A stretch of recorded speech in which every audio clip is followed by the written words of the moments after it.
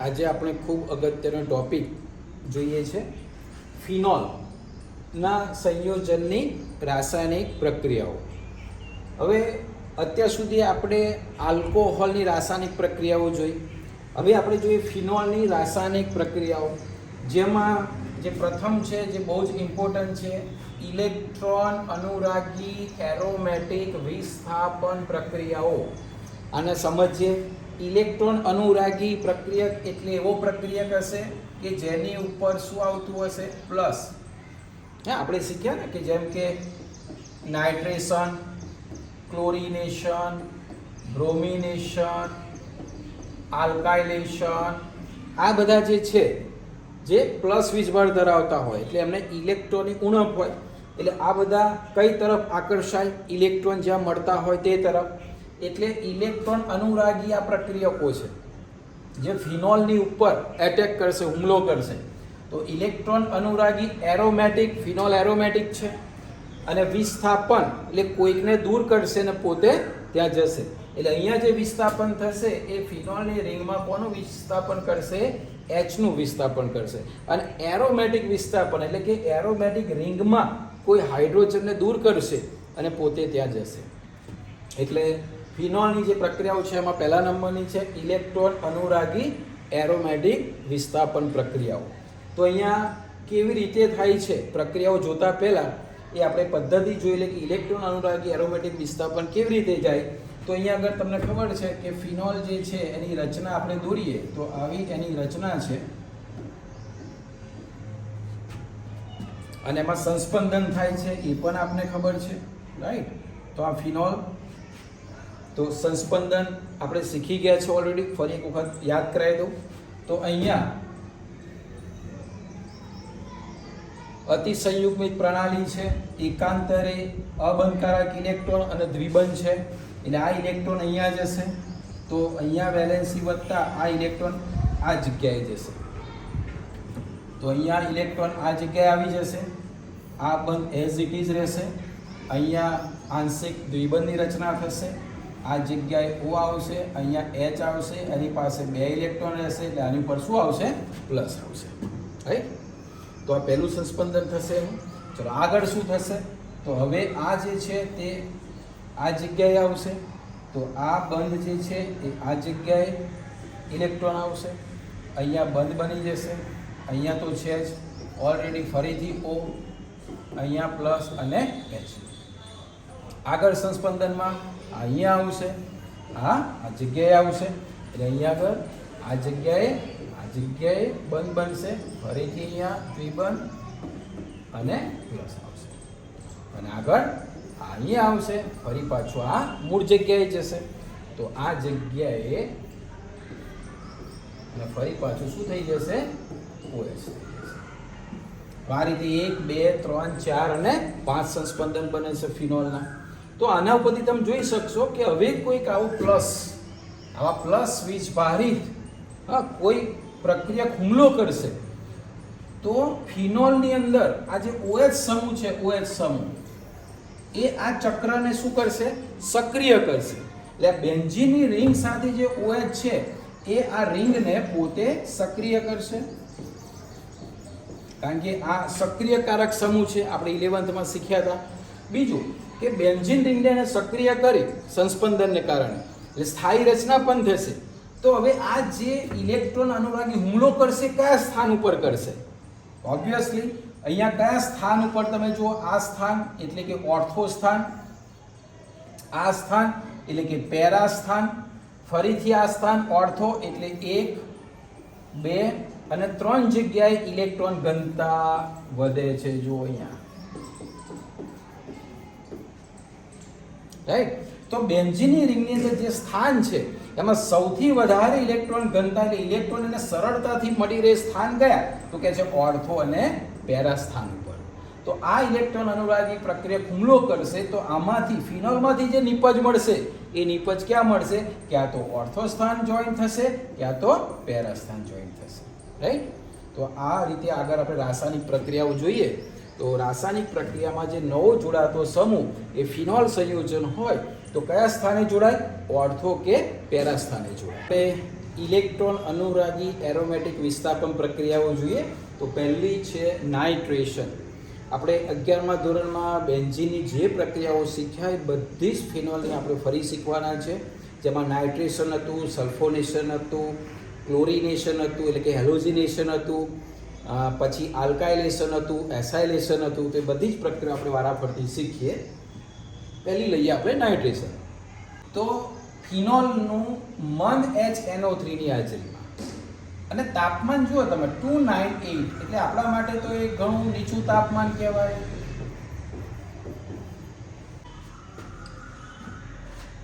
નીચું તાપમાન 298 કેલ્વિન તાપમાને નાઇટ્રેશન થાય અને મંદ HNO3. આપણે બેન્ઝીનમાં યાદ કરો સાંદ્ર HNO3 લેતા હતા અને તાપમાન 300 કરતાં પણ કે 300 કેલ્વિન કરતાં પણ ઊંચું હતું. અહીંયા નીચું તાપમાન અને મંદ HNO3. તો કારણ શું હશે? અહીંયા બહુ સીધી વસ્તુ, બેન્ઝીનની જે ઇલેક્ટ્રોન અનુરાગી વિસ્થાપન પ્રક્રિયાઓ થાય છે એના કરતાં જ્યારે અહીંયા OH જેવા સક્રિયકારક સમૂહ જોડેલા હોય તો બેન્ઝીનના વલયને શું કરે છે? સક્રિય કરે છે. એટલે એના કરતાં બેન્ઝીન કરતાં આ સક્રિયકારક સમૂહ જ્યારે જોડેલા હોય ત્યારે બેન્ઝીન કરતાં ઝડપથી, રાઈટ, અને એના કરતાં મંદ પરિસ્થિતિની અંદર તે શું કરે છે? ઇલેક્ટ્રોન અનુરાગી વિસ્થાપન પ્રક્રિયાઓ આપે છે. તો નિપજ તો તમને ખબર છે, આપણે જ હમણાં શીખી ગયા કે ફિનોલ જે છે એની મંદ HNO3 થી નાઇટ્રેશન થાય તો જે નિપજ મળવાની છે એ નિપજ બે નિપજોનું મિશ્રણ મળવાનું છે. કઈ કઈ મળશે? ફિનોલ તો છે જ. ચલો, નાઇટ્રેશન ની અંદર કયો સમૂહ જોડાવાનો છે? NO2+ જોડાવાનો છે. એની ક્રિયાવિધિ આપણે 11મા ધોરણમાં શીખી ગયા. તો કયા સ્થાન ઉપર જોડાય? તો એક જોડાશે ઓર્થો ઉપર અને બીજો જોડાશે પેરા ઉપર, રાઈટ? તો આ બે નું મિશ્રણ મળે છે. શું નામ? ઓર્થો નાઇટ્રોફિનોલ અને બીજું છે પેરા નાઇટ્રોફિનોલ. આ બંનેનું મિશ્રણ મળે છે. હવે ધારો કે આપણે ઓર્થો નાઇટ્રોફિનોલ જ જોઈતો હોય, આ ના જોઈતો હોય તો તેનું અલગીકરણ કરવું પડે, કારણ કે નિપજમાં તો બંનેનું મિશ્રણ મળશે. આપણે કોઈ એક જોઈએ છે તો આ બંનેના ઉત્કલન બિંદુમાં ઘણો તફાવત છે. ઉત્કલન બિંદુમાં કેમ તફાવત છે વિચારી લો. તો ઉત્કલન બિંદુમાં તફાવત હોવાને કારણે કઈ પદ્ધતિ 11મા ધોરણમાં શીખ્યા ને, અલગીકરણની વિવિધ પદ્ધતિઓ શીખ્યા, એમાં કઈ પદ્ધતિ અહીંયા ઉપયોગ આવે? તો વરાળ નિસ્યંદન. વરાળ નિસ્યંદનની પદ્ધતિથી આપણે આસાનીથી આ બંનેને શું કરીએ છીએ? અલગ કરી શકીએ છીએ. તો કેમ તફાવત છે? ઉત્કલન બિંદુમાં કેમ તફાવત હશે? નિસ્યંદન તમને ખબર છે કે ઉત્કલન બિંદુમાં તફાવત હોય એની આપણે અલગ અલગ પદ્ધતિઓ શીખ્યા. તો અહીંયા તફાવત હોવાનું કારણ જે છે એ કારણ એ છે કે જે ઓર્થો નાઇટ્રોફિનોલ છે, જો એને આપણે દોરીએ ઓર્થો નાઇટ્રોફિનોલને તો અંદર એક બંધ બને છે. એ ચેક કરીએ આપણે. અહીંયા આપણે લઈએ N, આ જગ્યાએ લઈએ O. તમને ખબર છે કે આવી રીતે બંધારણ આપણે દોરતા હતા, રાઈટ? O અને H. બીજું બંધારણ દોરીએ પેરા નાઇટ્રોફિનોલનું.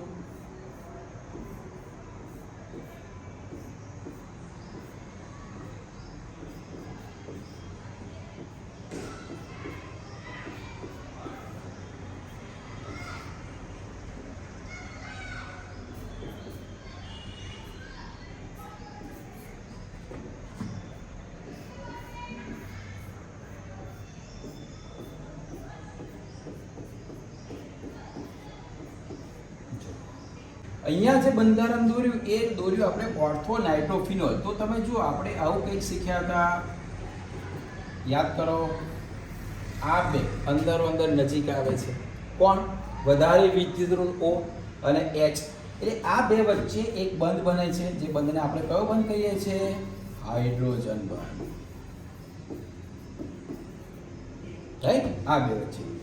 તો અહીંયા પણ તમે જુઓ આખું જે છે પેરા નાઇટ્રોફિનોલ છે, આ પણ પેરા નાઇટ્રોફિનોલ છે. અહીંયા આ બે વચ્ચે બંધ નથી બનવાનું. અહીંયા તો નજીક હતા ઓર્થો સ્થાન ઉપર, એટલે નજીક નજીક હાઇડ્રોજન બંધ બને.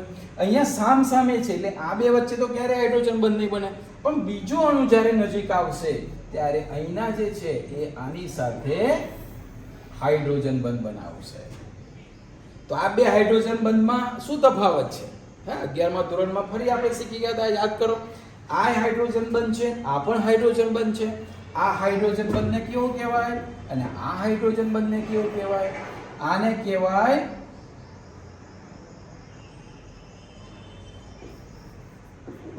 આંતઃ હાઇડ્રોજન બંધ. આને કેવું કહેવાય?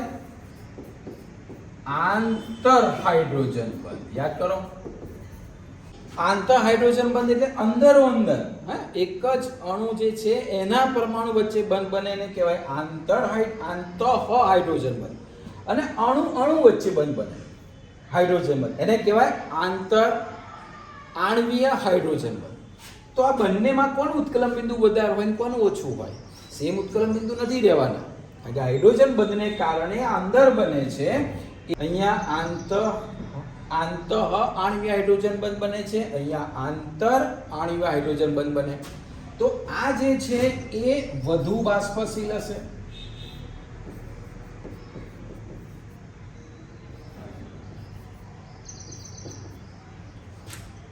અને આ અણુ અણુ વચ્ચે બંધ બને છે એટલે એ અણુ બીજા અણુને પકડી રાખશે. આ તો અંદર બને છે એટલે એને બીજા અણુ સાથે કોઈ એટલું બધું એટ્રેક્શન બળ નહીં હોય, રાઈટ? એટલે આ વધુ બાષ્પશીલ છે. જ્યારે આ કેવા હશે એની કમ્પેરિઝનમાં? ઓછા બાષ્પશીલ હશે. અને ઓબ્વિયસલી વધુ બાષ્પશીલ છે એનો મતલબ એવો થયો કે આનું ઉત્કલન બિંદુ કેવું હશે? નીચું ઉત્કલન બિંદુ હશે આની સાપેક્ષે. જ્યારે આનું ઉત્કલન બિંદુ કેવું હશે? વધુ હશે, રાઈટ? તો આનું ઉત્કલન બિંદુ વધારે છે, આનું ઉત્કલન બિંદુ ઓછું છે. તો વરાળ નિસ્યંદન પદ્ધતિથી આસાનીથી બંનેનું અલગીકરણ થઈ શકે છે, રાઈટ? તો આ છે, જોઈ લેજો, નાઇટ્રેશન છે. જો આગળ શીખીએ છીએ આપણે નાઇટ્રોજનની આગળની પણ પ્રક્રિયા. ચલો આગળ હજુ એક નાઇટ્રેશન જોઈએ. અલગ કન્ડિશનમાં નાઇટ્રેશન જોઈએ આપણે. ફિનોલ છે. આના પહેલા જે નાઇટ્રેશન જોયું આપણે મંદ HNO3 જો લીધું અને નીચું તાપમાન લીધું, બરાબર? અહીંયા તાપમાને ઊંચું લઈએ અને લઈએ સાંદ્ર HNO3 ની હાજરી, અથવા તો ધુમાયમાન HNO3 લઈએ. તાપમાન 384 કેલ્વિન તાપમાન લઈએ. તો અહીંયા જે નાઇટ્રેશન થાય છે એ થોડુંક પ્રબળ પરિસ્થિતિમાં થાય છે, કારણ કે સ્થિતિ સાંદ્ર HNO3 અથવા તો ધુમાયમાન HNO3 લીધા અને 384 કેલ્વિન તાપમાન લીધું. એટલે અહીંયા જે નિપજ મળે છે ને તે નિપજનું પ્રમાણ આવું હોય છે. આ જગ્યાએ OH, ઓર્થો સ્થાન ઉપર પણ NO2 જોઈન્ટ થાય છે, પેરા સ્થાન ઉપર પણ જોઈન્ટ થાય છે અને આ સ્થાન પર પણ જોઈન્ટ થાય છે. પરીક્ષામાં યાદ રાખીશું, મંદ HNO3 છે, તાપમાન નીચું છે તો ઓર્થો પેરાનું મિશ્રણ મળે છે. પરંતુ સાંદ્ર HNO3 છે અને તાપમાન ઊંચું છે તો ફિનોલમાંથી જે નિપજ મળે છે તે આ નિપજ મળે છે. પરંતુ આ નિપજનું પ્રમાણ જનરલી ઓછું પ્રમાણ મળે છે. બીજું, આનું નામ શું છે? તો અહીંથી શરૂ કરીએ તો 1 2 3 4 5 અને 6. શું નામ થાય એનું? 2 4 6 2 4 6 ટ્રાય નાઇટ્રોફિનોલ. આનું નામ શું થાય? Try nitrophenol. કયા નામે ઓળખાયા? આપણે શીખી ગયા છે, આગળ આવી ગયું છે પિક્રિક એસિડ. કયા નામે ઓળખાય? સામાન્ય નામ છે એનું પિક્રિક એસિડ. અચ્છા, હવે એવું વિચારો કે આ ને આ બંનેમાંથી આ ફિનોલ છે, આ પિક્રિક એસિડ છે. જો અહીંયા શબ્દ વાપરેલો છે, જુઓ ને, એસિડ. ફિનોલમાં આપણે ભલે એસિડ છે પણ એને એટલો મોટો શબ્દ નથી આપ્યો આપણે, ઉપનામ એવું નથી કે પાછળ એસિડ લખીએ છીએ. તો સીધી વસ્તુ છે, ફિનોલ કરતા આની એસિડિકતા વધારે હશે. કેમ? કારણ સમજો, આપણે સમજી ગયા છે કે જેમ જેમ નાઇટ્રો સમૂહ અંદર દાખલ થાય તેમ તેમ આ ફિનોલ જે છે વધારે એસિડ બને છે, વધારે પ્રબળ એસિડ બને છે. તો આના કરતાં આ એસિડ, આનું નામ જ આપી દીધું છે પ્રિક્રિક એસિડ. તો કેમ આ એસિડ હશે? સીધી વસ્તુ છે, H નું શું કરતું હશે? આ દાન કરતું હશે, ફિનોલ કરતાં વધારે પ્રતિક્રિયાત્મક રીતે દાન કરતું હશે. કારણ શું? તો આપણે શીખ્યા હતા, રાઈટ? શું શીખ્યા હતા? કે અહીંયા જો વલણ આ બાજુ હોય, રાઈટ, ઓને આમ ખેંચતું હોય તો આ બંધ કેવો થાય? એ નિર્બળ થાય. તો અહીંયા આગળ જુઓ, NO2 કેવી અસર ધરાવે? માઇનસ I અસર ધરાવે. એટલે આમ શું કરે?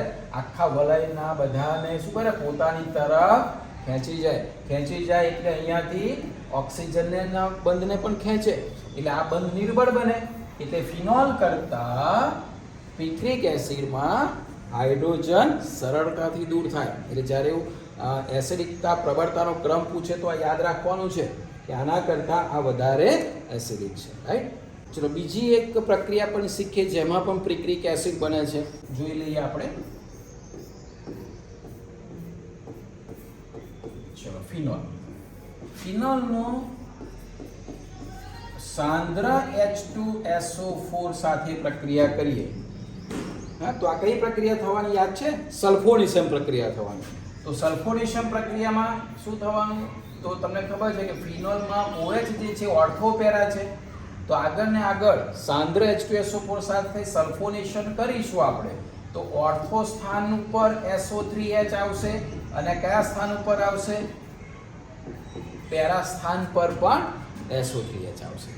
હવે તમે જુઓ, અહીંયા જે આખું મિશ્રણ મળશે કયા સ્થાન પર? ઓર્થો અને પેરામાં હોવાનું.